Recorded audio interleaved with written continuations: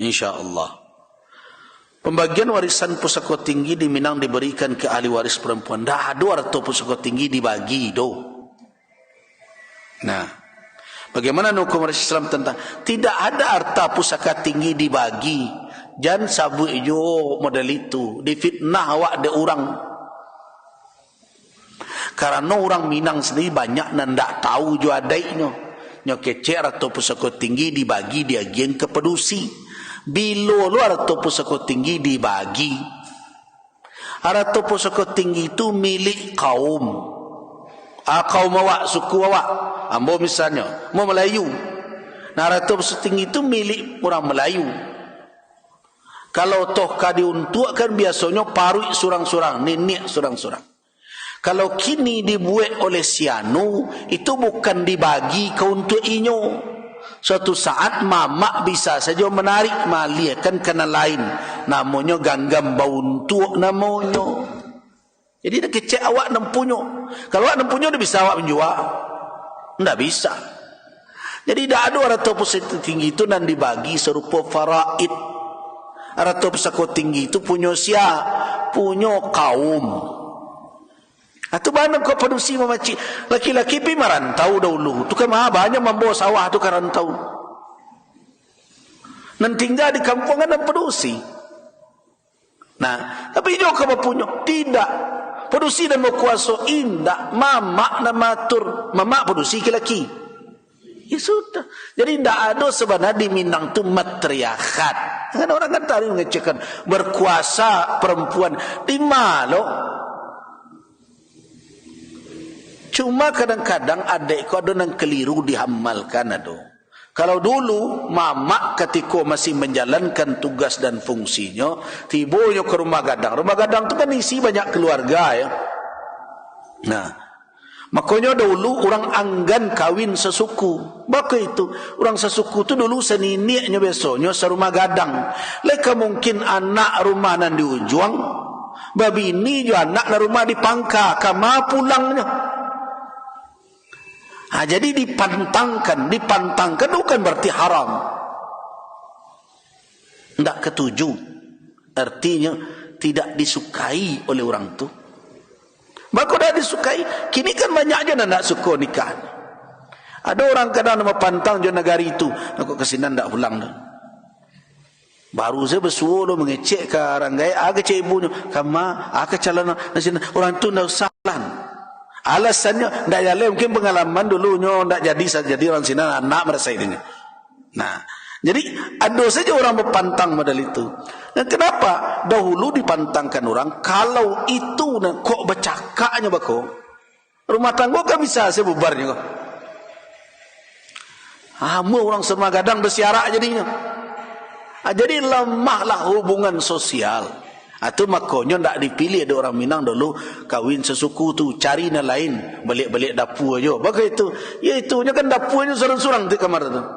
Kadang dapur bersama. Jadi itu makanya tidak dianjur, tidak disukai oleh orang Minang. Pantang. Pantangan itu bukan berarti suatu yang haram. Cuma kadang sebagian orang membawakan haram nikah sesuku. Tidak, berpantang. Orang Minang berpantang untuk itu. Kenapa? Karena mereka serumah gadang. Susah hubungan nanti. Batangka cie, berserak sadun. Nah itu nanti hindarinya. Nah kemudian apakah nanti orang Minang itu berarti melanggar agama? Tidak adanya melanggar syarak. Dalam kewarisan tidak adanya melanggar syarak. Perusi kau nama punya indak, nama punya kaum. Cuma perusi memacinya. Kenapa? Karena mereka dan di kampung, mereka dan di rumah. Kalau tu dan di rumah laki-laki, nyo pulang ke rumah bininya, di rumah gadang orang, tidak mungkin sawah. Orang gayanya nyangkut ke situ, tidak punya inyo doh. Nah itu sebenarnya masalahnya. Jadi orang Minang tidak berlaku bagi dia matrilineal dalam kenasaban. Jadi ini kecekkan garis keturunan ibu itu sebagai ukuran segala tidak ada. Nasab orang Minang tetap ke bapa. Kesukuan orang Minang sukunya ke ibu. Suku jangan difahami menyangkut nasab padanya. Jadi berbeda Minangkabau. Suku tu tak berkait jo nasab. Suku tu adalah lembago nan dijago berdasarkan kepada garis keibuan. Garis keibuan itu bukan terkait dengan nasab, tapi untuk koordinasi kesukuan. Nah, suku. Jadi orang Minang tak usah nyabut matrilineal, matriarkat lain. Bari Minangkabau. Minangkabau bernasab ke bapak, bersuku ke ibu. Selesai masalah. Apa dan suku? Suku itu adalah ikatan kekerabatan rahim yang dijago oleh orang Minang. Banang kau itu nan dipertahankan supaya nyo saling menjago dahulunya laki-laki meninggalkan kampung. Supaya nyo saling menjaga satu sama lain. Karena yang laki-laki tradisi di Minangkabau dulu merantau, karatau medang di ulu. Buah babungo balung karantau bujang di ulu, dahulu di rumah paguno balun, kan begitu. Nah, mereka akan saling menjaga satu sama lain. Nah, ikatan apa? Ikatan rahim itu yang dipertahankan. Jadi itu tidak ada yang bertentangan dengan syarak. Warisan tidak dibagi, menjadi milik kaum sadonyo. Siapa yang mengatur? Mamak nanti. Tu sawah nan di lurah, sianu tahun kini membuat. Nah, tahun lalu kan sianu, ianyo hidupnya kini lalapang. Kini itu tidak berjalan. Jadi pada prinsipnya benar. Sawah milik bersama dikelola oleh orang nan membutuhkan. Siapa mengawasi hari-hari? Mande soko. Mande soko tu dan sabut bundokan doang limpape rumah nang gadang tu. Di bundokan doang banyak tugasnya. Tak sekadar berbaju-baju bertikuluk, berkeluk tanduk, pakai baju bersibar. Bundokan doang itu pengkader calon pemimpin di kaum. Menjadi penasehat anak kemenakan cucu-cucunya di rumah gadang. Itu karajo bundokan doang tu. Nah, termasuk juga sebagai tampik menitip kunci dek mamak, karena tak mungkin dia bawa ke rumah bininya tu. Nah, nan tua kalau nak memegang. Kalau ada tamu datang, lumbuang mana harus dibuka? Mamak apa kan? Kan biasa di rumah gadang ada lumbuang di mungkoni. Lumbuang banamu masing-masing. Lumbuang setangka lapa tak pernah dibuka kecuali di musim paceklik. Padi yang diletakkan di sini itu sebagai antisipasi keadaan. Ada lumbuang si bayau-bayau, ada si tinjau lawi dan berbagai macam. Bila dibukanya, mamak ada marahkan. Untuk hari-harian, makanya mamak itu kalau duduknya, maduknya ke mak. Maduknya ke bilik.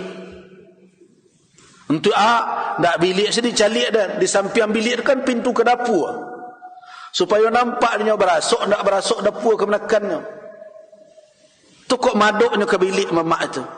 Nan awak nan kalau orang nan pulang ke rumah gadang tu, nan menjadi laki ya, suami, di mana duduknya? Membelakang ke biliknya. Jadinya di pintu kamarnya duduk. Itu filosofinya tu. Mamak makanya maduk. Nan pertama, wilayah nan di rumah gadang.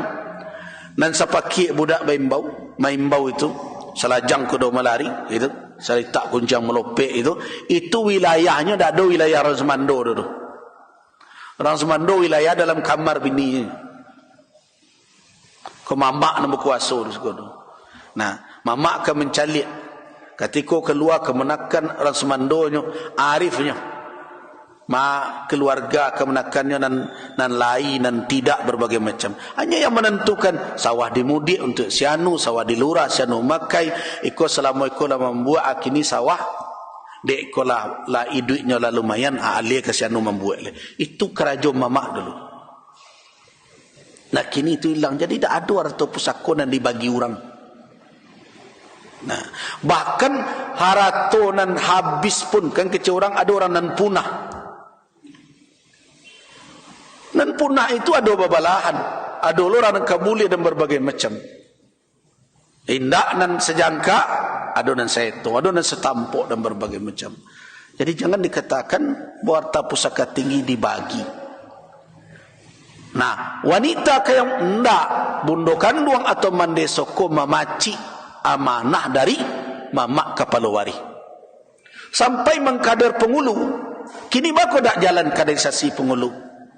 Karena nan mande soko tadi dan tidak bergerak. Dahulu bundo kanduang itu, kalau sekian banyak kemenakan, di antara pakaian pengulu itu apa ada apa-apa ada ibu-ibu? Tungkek. Di sampingnya berdeta, di sampingnya baju, tapi ada nan rutin di bawahnya ada pengulu tungkek. Itu indak mudo, indak tua pengulu biasanya tungkek permainan tangannya. Nah, salah satu contoh tanda mengisyaratkan biasanya seorang pengulu kalau mengkader kemenakannya kok banyak gak 10-20 orang, sianan patut dijadikan sebagai pelanjutnya sebagai apa? Biasanya bawa pai parale, bawa pai ba acara. Nah, beko kalau ada paralunya tungkek di pacian. Dek kemenakan itu. Nah, itu mande soko bundo kanduan di sinan arifnya tu. Siana nacok di bawahnya, siana nacok memacik tungkeknya. Maka di situ kecek dalam ikon dan kadernya kau. Nah, ketikalah tampak lah babake serupa itu, mulailah bundo kanduan mendidik kader dan surang tu. Mulai dari dari cara dalam kehidupan. Piriangnya lah dipalainkan tu. Duduknya lah diperbedakan. Supaya nyo mulai berwibawa di tengah nan lain nan sebaya aja nyo. Akhirnya lah ya do bundo kanduang ngarajan serupa itu. Bundo kanduang ini kan abi dia foto-foto. Nah, kayak di kulit tanduk, kayak baju hitam lah.